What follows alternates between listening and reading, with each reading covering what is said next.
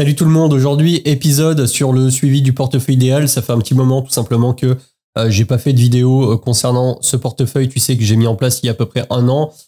Donc pour rappeler, pour ceux qui arriveraient sur la vidéo, l'idée étant de chercher via un screener les actions les plus représentées en portefeuille institutionnel et de constituer un portefeuille parmi ces actions-là. Donc c'est une recherche que j'avais faite via Market Search Investor.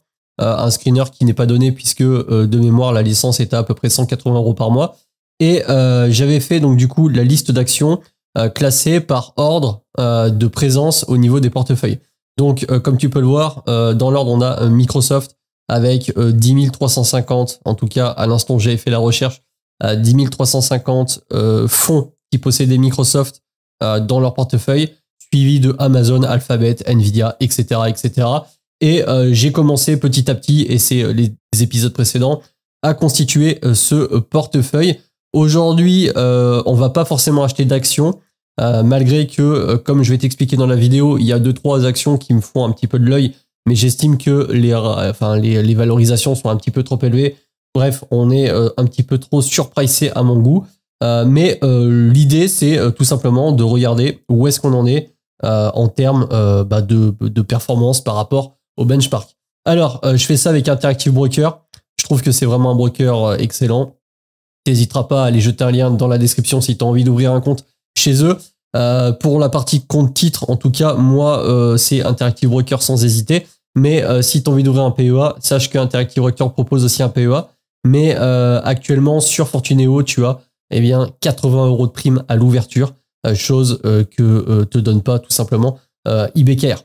Alors, au niveau du portefeuille, comme tu peux le voir, donc on est toujours avec les mêmes actions en place, à savoir Adobe, Amazon, Broadcom. Alors Coinbase, tu oublies, tu vois, il y avait que 100 $ initialement injectés. J'avais un petit peu d'argent qui traînait, je me suis dit j'ai envie de voir ce que ça peut donner par rapport à la hype sur les cryptos. Et Google, Meta, Microsoft, Nvidia, Visa. Donc pour l'instant, je suis relativement content de posséder ces actions, mais tu vas voir que malgré tout, c'est pas autant l'Eldorado qu'on pourrait le croire. Alors, si on regarde au niveau du détail de chaque action et des performances associées, on va avoir Adobe qui est actuellement à moins 23%. Donc, c'est vraiment celle qui tire le portefeuille vers le bas, puisque tout le reste, à l'exception de Google et surtout de Coinbase, tout le reste est en plus-value latente positif. Donc, ça fait relativement plaisir. Amazon, on est à 12,3% de plus-value. Broadcom, quasiment 20%. Google, on est flat. Tu vois, le PRU étant de 169,83 et on est à 169,86. À l'instant, je te fais cette vidéo jeudi 5 juin 2025. Meta, ma plus grosse performance avec 31,7%, Microsoft plus 4,16%, Nvidia plus 21,1% et Visa plus 21,1% également. Ça nous donne une valorisation de portefeuille de 4106 € avec une plus-value non réalisée de plus 376 €. Malgré tout, comme tu pourras le voir après dans l'onglet performance, tu vois, ça nous donne une plus-value positive sur IBKR. Mais si on regarde au niveau de la performance, je peux agrandir peut-être un peu, ça nous dit que depuis un an, le portefeuille est à 0,08%. Pourquoi? Puisque comme tu le vois ici, le taux de rendement cumulé est calculé avec la méthode du Total Weight Return, le TWR, et forcément, ça va modifier d'une certaine manière les performances par rapport à la plus ou moins value que tu peux avoir à l'instant T. Bon, je vais pas trop faire le calcul du TWR, je crois que j'en ai déjà parlé pas mal sur cette chaîne, mais tout ça pour dire que on sous-performe actuellement de 10 points le Nasdaq Composite qui est respectivement à plus 10,47% quand le portefeuille est à plus 0,08%. Et si on regarde par rapport au S&P 500, tu vois, ça nous dit que le S&P 500 est à plus 9,35. Donc, pour l'instant, on sous-performe. comme je te l'ai montré principalement à cause de Adobe.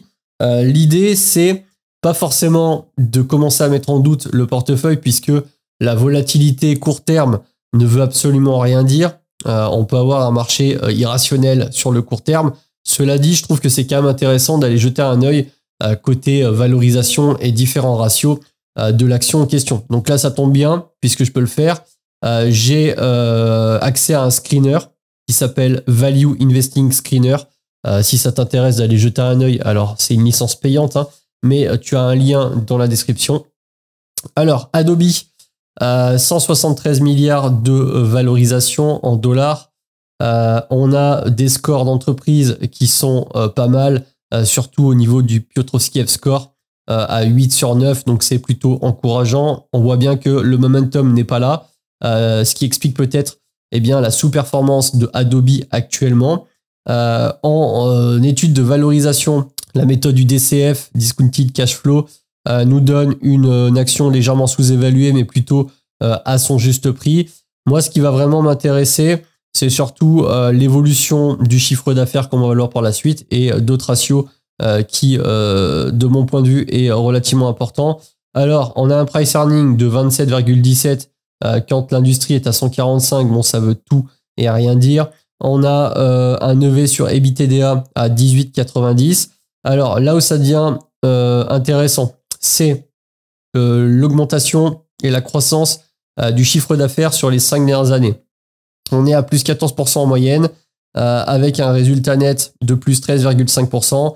Et la croissance du cash flow, voilà, le flux de trésorerie disponible, à plus 13,9% moyenné sur les 5 dernières années, ce qui est relativement bien.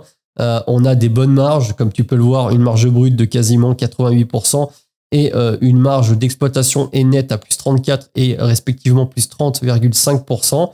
Donc là-dessus, pas de souci à se faire. On a plutôt peu de CAPEX au final. Quand on regarde, l'augmentation est de plus 7%. Donc c'est une entreprise qui ne dépense pas énormément dans tout ce qui va concerner les CAPEX. Alors je le rappelle, les CAPEX, ça va être vraiment les dépenses de recherche, de matériel, etc. Comme peut l'avoir par exemple Amazon avec l'intelligence artificielle, le fait de s'équiper avec des super serveurs, des data centers, etc. Adobe de son côté, voilà, a des CAPEX relativement faibles. Alors, informations et données très importantes, c'est tout ce qui concerne le Return on Equity, le ROE, le ROA et le ROIC. Et tu as également le ROCE. Mais là, on est aux alentours des 30%, toujours pareil, moyenné sur les 5 dernières années, ce qui est relativement intéressant, voire même très intéressant de mon point de vue.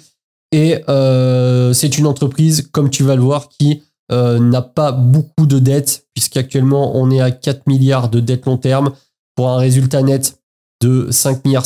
Donc, globalement, la dette correspondant à respectivement 1 an de résultat net.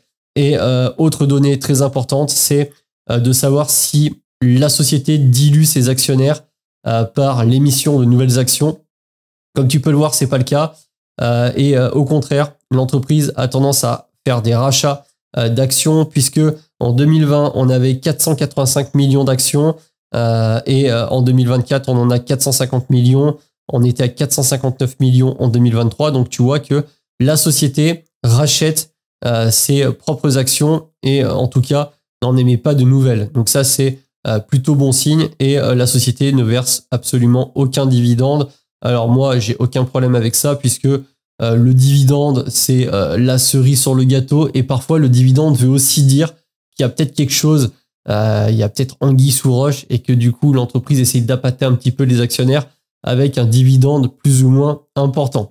Donc, je te dirais que même si la société est à moins 23,2% dans mon portefeuille, je vais pas forcément la vendre pour autant. Alors, je suis pas en train de te dire que c'est forcément une société excellentissime. Je suis presque certain que si je me mets à chercher des sociétés, je pense que je pourrais trouver mieux que Adobe à posséder en portefeuille. Maintenant, l'idée de base de cette série de vidéos, c'est de faire un backtesting d'un portefeuille sur une stratégie de base, comme je te l'expliquais, que de posséder une dizaine d'entreprises qui se retrouvent majoritairement dans le plus grand nombre de fonds institutionnels, en partant du postulat que eh bien, ces fonds possèdent des analystes qui sont bien meilleurs que moi, et au lieu d'aller tout simplement faire le travail de recherche de l'entreprise en question, eh bien, je fais plutôt confiance à ces gens-là. Alors, ça veut tout et rien dire, j'en suis totalement conscient. Faut pas se méprendre pour autant. C'est vrai que je l'ai appelé portefeuille idéal, mais en réalité, je pense que si vraiment je m'appuyais purement sur des caractéristiques d'entreprise telles que l'évolution de la croissance, du chiffre d'affaires, le rendement du capital engagé, tout ce qui va concerner le free cash flow, le fait de diluer ou non ses actionnaires, toutes ces valeurs-là, les ratios dette sur résultat net. Bref, il y aurait moyen certainement de faire un portefeuille qui se comporte un petit peu mieux que ça. Mais encore une fois, voilà, j'aime bien tester des trucs sur cette chaîne YouTube. J'aimerais tester plus de trucs, mais après on s'étalerait peut-être un petit peu beaucoup. C'est pour ça que sur le côté principal du suivi du PEA et de la stratégie vraiment de base sur laquelle je mets quasiment 100% de ma trésor dispo, c'est bien sûr sur la stratégie de l'ETF à effet de levier en daily couplé à du Bitcoin et tout ça sur de la value averaging. Donc tu pourras aller jeter un œil bien sûr sur les autres vidéos de la chaîne où j'en parle. Portefeuille d'ailleurs qui se comporte plutôt bien avec la chute récente liée aux droits de douane, tu sais, mis en place par le gouvernement américain. Donc, écoute, j'ai envie de te dire, de toute façon, l'idée, encore une fois, c'est d'essayer d'être un minimum long terme. C'est-à-dire que pour moi, une performance de portefeuille en delà de 5 ans, ça veut tout et rien dire parce qu'il peut y avoir un effet de hype, un effet de momentum, que certaines actions bénéficient et d'autres non. On l'a vu sur Nvidia, grosse hype. Des sociétés comme, Meta, grosse hype. Il y a actuellement des sociétés comme Spotify, Tesla, où il y a de la grosse volatilité aussi. Donc voilà, n'hésite pas à me dire en commentaire de ton côté ce que tu en penses. Est-ce que vraiment ça t'intéresse que je fasse ce type de portefeuille ou tout simplement tu préfères avoir une visu sur la stratégie purement ETF? Moi, je te cache pas que le stock picking, je trouve ça quand même intéressant, même si je peux quasi te dire que ce portefeuille ne battra pas ma stratégie principale sous forme d'ETF du Nasdaq à effet de levier. Donc ça, c'est mon pari. Voilà, j'aime bien aussi avoir vos ressentis perso. C'était Jérém, je te dis à la prochaine. Salut.